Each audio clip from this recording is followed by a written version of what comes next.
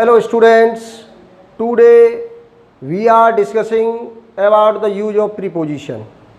During the last time we have completed 2 lectures of preposition and some particular prepositions have been completed by us, and we have told you some important rules of preposition. Now again we are starting next preposition, and you should be remember that there are 36 kinds of preposition particularly in English grammar. English grammar में 36 preposition है। 36 preposition के अपने अलग अलग rules और regulation हैं, अपने प्रयोग अलग अलग हैं।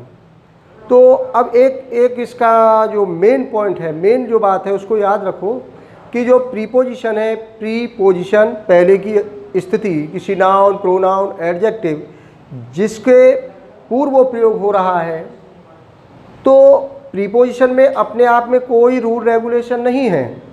प्रीपोजिशन को खुद नाउन, प्रोनाउन या एडजेक्टिव बताएगा कि तुमको उससे पूर्व प्रयोग होना है या नहीं होना है।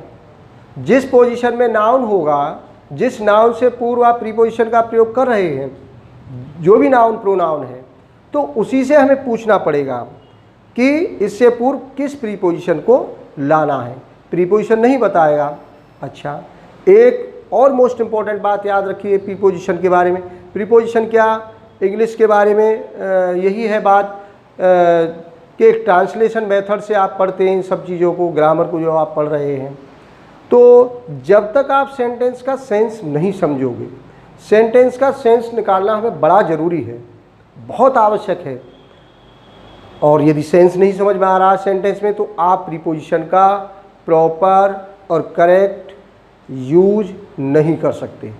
आपको सबसे पहले ट्रांसलेट करना है, मीन्स सेंस समझना है सेंटेंस का, और उसके बाद उस नाउन या प्रोनाउन से पूर्व आपको प्रीपोजिशन का प्रयोग करना है। तो हम पिछले लेक्चर्स में ये पूरा कर चुके थे। यहाँ तक आप देख लीजिए, at, on, upon, in, into, from, between, among, in front of, before, behind, after, यहाँ तक, आफ्टर तक हमने अपने कंप्लीट कर लिए थे रूल्स। नेक्स्ट अब आते हैं हम ओवर और एवब पर। ओवर और एवब प्रीपोजिशन के प्रयोग पर आते हैं। वेरी इंपॉर्टेंट है ये, एग्जाम में मोस्टली पूछा जाता है ओवर और एवब प्रीपोजिशन। तो जो ओवर और एवब प्रीपोजिशन है, दोनों का सेंस ट्रांसलेशन एक ही है, ऊपर के लिए प्रयोग होता है। जैसे ऑन का भी ऊपर के लिए प्रयोग हो रहा था, अपॉन का भी ऊपर के लिए प्रयोग हो रहा था, ओवर एवब का भी प्रयोग ऊपर के ही लिए होता है। लेकिन जो बात हम पहले कह रहे थे कि प्रीपोजिशन नाउन से पूछता है कि वो किस कंडीशन में है, स्थिर है, गतिमान है, ऊपर है, नीचे है, उसी के अकॉर्डिंग उससे पूर्व प्रीपोजिशन आएगा। अब जैसे ऑन का प्रयोग बेस के साथ आप पढ़ रहे थे, आधार है, स्थिर है। अपॉन का प्रयोग गति के साथ ऊपर जा रहा है। तो एक वस्तु दूसरे वस्तु के ऊपर होना, स्थिर होना, तो ऑन आ रहा था, वहाँ पर पुस्तक नाउन थी, स्थिर थी, उसे पूछा कि वो स्थिर है, ऑन का प्रयोग किया गया। गति के साथ एक वस्तु दूसरी वस्तु पर जा रही थी, अपॉन का प्रयोग किया। अब बात आती है ओवर और एवब की। तो ओवर और एवब के बारे में हम समझ लेते हैं। तो आपको ये दिखाई दे रहे हैं कि 36 प्रीपोजिशन है। इन 36 प्रीपोजिशन के सबके डिफरेंट रूल हैं। इसके बाद और भी रूल हैं, उनको भी हम पढ़ेंगे कि वो किस तरह से प्रयोग होंगे। लेकिन जो डेफिनेट एक रूल पर चलेगा प्रयोग प्रीपोजिशन का, वो 36 प्रीपोजिशन है। आप इनको ध्यान से देख लीजिए। इसके अलावा आपको कोई दिक्कत नहीं होगी कि कोई अन्य प्रीपोजिशन या अन्य रूल हमको चाहिए पढ़ने के लिए। आपको 100% इन्हीं में से आपको प्रीपोजिशन का कहीं भी कोई प्रयोग करना है तो वो रूल आपको मिल जाएगा। तो ओवर और एवब को हम पढ़ते हैं। ओवर के माने भी हम ये कह रहे हैं ऊपर है, और एवब के माने भी ऊपर है। बस एक छोटी सी बात याद रखिए अब आप कि इन दोनों प्रीपोजिशन का प्रयोग होगा आधार न हो, आधार की अनुभूति हो। एक वस्तु दूसरी वस्तु के ऊपर आधारित होगी तो ऑन का प्रयोग हो जाएगा, टच होगी तो उससे। हम कह रहे हैं कि आधार न हो, आधार की अनुभूति हो। जहाज मेरे सिर के ऊपर उड़ रहा है, जहाज मेरे सिर के ऊपर उड़ रहा है, स्थिर तो है नहीं, आधार नहीं है, गतिमान है। अंतर क्या है? एक तो ये याद रखिए कि ओवर एक वस्तु दूसरी वस्तु के ऊपर आधारित नहीं हो, गतिमान हो, ओवर प्रीपोजिशन आएगा। एक वस्तु दूसरी वस्तु के ऊपर 90 अंश के कोण पर होगी, 90 एंगल पर होगी और स्थिर होगी। आकाश मेरे सिर के ऊपर है। द स्काई इज एवम माई हेड। किसका प्रयोग करोगे? Above. The aeroplane is flying over my head. किसका प्रयोग करोगे? ओवर का। Birds are flying over the trees. The apple is hanging above my head. The sun was shining above my head at 2 o'clock. सूर्य 2 बजे मेरे सिर के ऊपर चमक रहा था। 2 बजे 90 एंगल पर हो गया, स्थिर है, एबव आएगा। कोई चीज़ दूसरी वस्तु के ऊपर से गुजर रही है, ओवर आएगा। एग्जाम्पल लिख लीजिए दोनों का एक एक। जैसे हम लिख लेते हैं,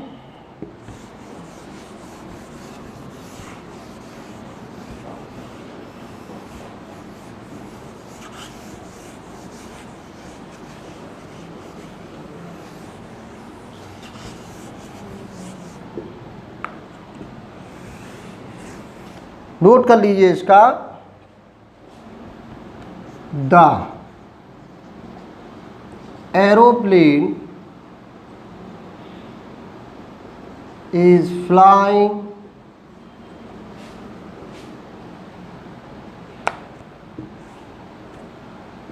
ओवर, क्या लाओगे? Over my head. The sun was shining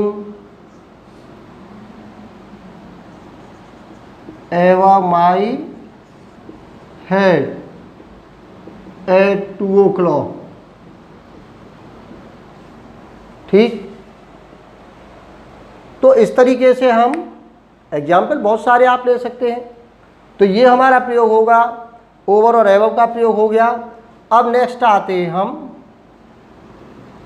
for. या फॉर के मीन्स है मैं, के लिए नहीं है यहाँ। यस। तो नेक्स्ट हम आते हैं फॉर प्रीपोजिशन। ओवर और एबव के बाद आता है फॉर प्रीपोजिशन। फॉर प्रीपोजिशन से मतलब है यहाँ पर मैं। फॉर से मतलब है मैं से मतलब है यहाँ पर के। फॉर के माने के लिए भी होगा, लेकिन यह फॉर के माने है मैं है। फॉर मीन्स मैं है, और इसका प्रयोग एक पर्टिकुलर नियम के अंतर्गत होगा। कैसे होगा फॉर का प्रयोग मैं के लिए? यहाँ पर ये नोट कर लीजिए कि जब कोई वस्तु किसी मूल्य में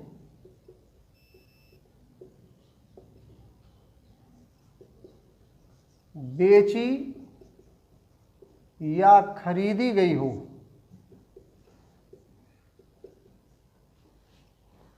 तो जब कोई वस्तु किसी मूल्य में बेची या खरीदी गई है तो मूल्य से पूर्व आपका फॉर प्रीपोजिशन आएगा।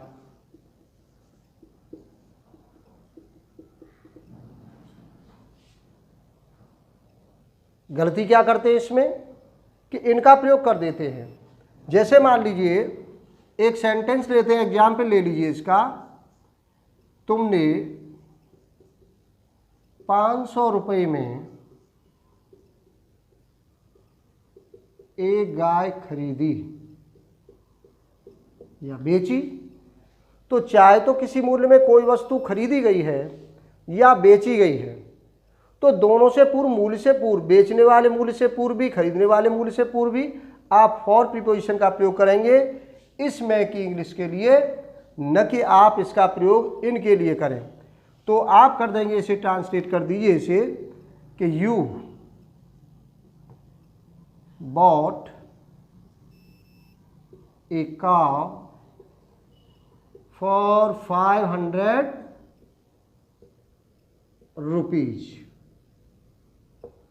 ठीक, बस इतना सा प्रयोग है फॉर का कि 500 रुपये में खरीदी। नेक्स्ट आते हैं, अब इसके बाद हम आते हैं एलोंग। एलोंग प्रीपोजिशन पर आते हैं हम, और एलोंग प्रीपोजिशन का प्रयोग होगा आपका किनारे। किनारे से मतलब है कि जैसे नदी के किनारे, नहर के किनारे अलग प्रयोग होगा, सड़क के किनारे।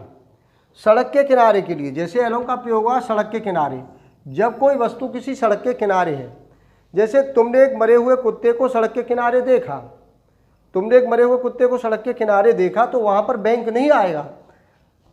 तुमने एक मरे हुए कुत्ते को सड़क पर देखा जी, तो you saw a dead dog, क्या यूज होगा? Along the road. Along the road का प्रयोग होगा, बस इतना सा प्रयोग है एलोंग का। नेक्स्ट आते हैं, इसके बाद हम अगेंस्ट। हमारा नेक्स्ट प्रीपोजिशन है अगेंस्ट, और अगेंस्ट से मतलब है विरुद्ध।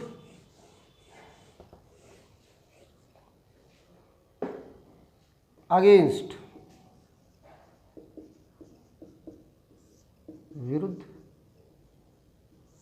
विरुद्ध। जब कोई कार्यवाही किसी के विरुद्ध की गई है, शिकायत किसी के विरुद्ध की गई है, कोई चुनाव इलेक्शन किसी के विरुद्ध लड़ा जा रहा है, सीधा मीनिंग है, आपको समझना है कि अगेंस्ट का विरोध विरुद्ध के लिए ही होगा। जैसे एग्जाम्पल हम लेते हैं अगेंस्ट का, मैं तुम्हारी शिकायत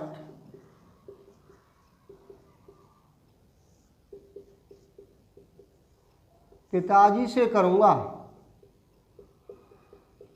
ठीक, मैं तुम्हारी शिकायत पिताजी से करूंगा। किसके विरुद्ध शिकायत हो रही है? तो क्या हो जाएगा? I shall complain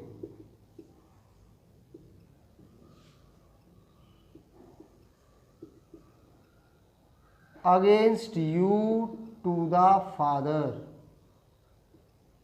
against you to the father. अब एक बात याद रखिए कि I shall complain against you to the father, ये हमारा प्रीपोजिशन अगेंस्ट हो गया। अगेंस्ट के बाद ये भी प्रीपोजिशन आया टू, तो ये पर्टिकुलर रूल है इसका। से की अंग्रेजी इसके लिए आया, अब देख लीजिए, से की अंग्रेजी टू है यहाँ पर। जैसे आपने पढ़ा था कि फ्रॉम मीन से है, वह फ्रॉम का जो सेंस था वह से के लिए अलग होने के साथ हो रहा था, और यहाँ आप देख लीजिए से का प्रयोग जो हुआ है उसका प्रीपोजिशन टू आएगा। तो ये एक पर्टिकुलर बात है, नोट कर लीजिए कि अगेंस्ट के बाद से की अंग्रेजी टू आती है। अगेंस्ट के बाद से की अंग्रेजी टू आती है। तो ये भी एक इंपॉर्टेंट बात थी, इसे भी आप नोट कर लीजिए। नेक्स्ट प्रीपोजिशन आता है हमारा बाई और विद। बाई और विद आता है हमारा नेक्स्ट प्रीपोजिशन।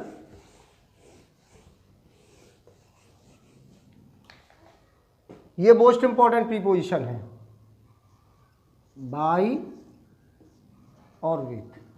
अब देखिए यहां दोनों के माने से है,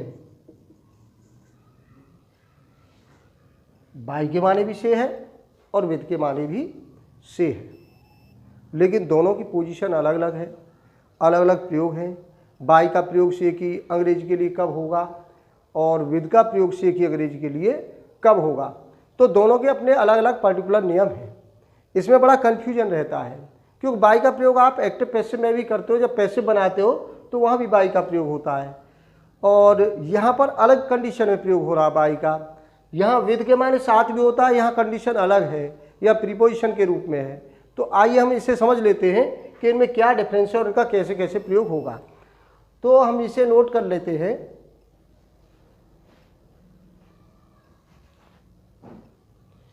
कि बाई का प्रयोग हम जब करते हैं जब कोई कार्य किसी मशीन के द्वारा हो, मशीन के द्वारा।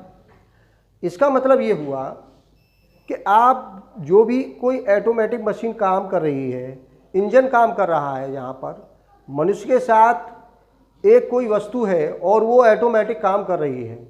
जैसे आप स्कूटर चला रहे हैं, हवाई जहाज उड़ा रहे हैं, रेलगाड़ी से कोई कार्य किया जा रहा है। जैसे मान लीजिए एग्जाम्पल के तौर पर हम लें कि तुम रेलगाड़ी से दिल्ली पहुँचे, तुम रेलगाड़ी से दिल्ली पहुँचे, you arrived Delhi by the train, by train, by aeroplane, by scooter, by motorcycle, by bus. तो जब वहाँ बाय ट्रैक्टर जो भी काम करेगा, चाहे वो एग्रीकल्चर के क्षेत्र में कोई मशीनरी काम कर रही है, जो भी काम करेगा ऑटोमेटिक स्वचालित रूप से हो रहा है, वहाँ आप से की अंग्रेजी बाय ही लाएंगे। विद का प्रयोग होगा। अब देखिए डिफरेंस आ जाएगा कि विद का प्रयोग आप करेंगे से के लिए कि जब कोई कार्य व्यक्ति के द्वारा किसी वस्तु की मदद से हो, वस्तु नहीं कर रही है, व्यक्ति उस वस्तु से कोई कार्य कर रहा है। जैसे फॉर एग्जाम्पल ने तुमने कलम से पत्र लिखा, तुमने कलम से पत्र लिखा, you wrote a letter with a pen. तो you wrote a letter with a pen, तो आपने वस्तु के माध्यम से कार्य किया। तुमने कुल्हाड़ी से वृक्ष की जड़ों को काटा, एग्जाम्पल ले लें, तुमने कुल्हाड़ी से वृक्ष की जड़ों को काटा। पेंटर ने ब्रश से एक सुंदर तस्वीर बनाई। तो इस तरह से यदि मान लीजिए कोई व्यक्ति किसी वस्तु की मदद लेकर के कोई कार्य कर रहा है, तो आप समझ जाइए कि वहाँ पर विद का प्रयोग होगा, क्योंकि वो वस्तु उस व्यक्ति से जुड़ गई है, उसके माध्यम से वो कार्य कर रहा है। और यहाँ पर बाय में किसी मशीन की मदद लेकर के कार्य हो रहा है, वहाँ मशीन खुद काम कर रही है, यहाँ व्यक्ति उस वस्तु को लेकर के कार्य कर रहा है, जैसे हम कलम से कार्य कर रहे हैं। तो ये डिफरेंस है और यही प्रयोग है बाय और विद का कि you wrote a letter with a pen, ये you cut the roots of the tree with an axe, you cut the roots of the tree with an axe, और you arrive Delhi by the train, you reached Kanpur by the aeroplane, by scooter. तो ये अब बिल्कुल clear position में हो जाना चाहिए इनका अंतर कि दोनों का मीनिंग तो एक ही है सेम, लेकिन प्रयोग दोनों के बिल्कुल अलग है। तो नेक्स्ट प्रीपोजिशन पर आते हैं हम। अगला हमारा प्रीपोजिशन है टिल, तक, टिल तक। तो जब कोई कार्य किसी निश्चित बिंदु तक होगा, निश्चित बिंदु से मतलब निश्चित समय बिंदु तक होगा, तो वहां पर तक की अंग्रेजी के लिए आप टिल का प्रयोग करेंगे। टिल और एट में कोई डिफरेंस नहीं है, टिल और एट एक ही जैसी पोजीशन है। आप जहां टिल का प्रयोग कर रहे हैं वहां पर आप एट का भी प्रयोग कर सकते हैं। जैसे एग्जाम्पल ले लेते हैं हम कि चाहे तो आप कर लीजिए जैसे कि सरला ने 4 बजे तक उपन्यास पढ़ा, सरला ने 4 बजे तक उपन्यास पढ़ा।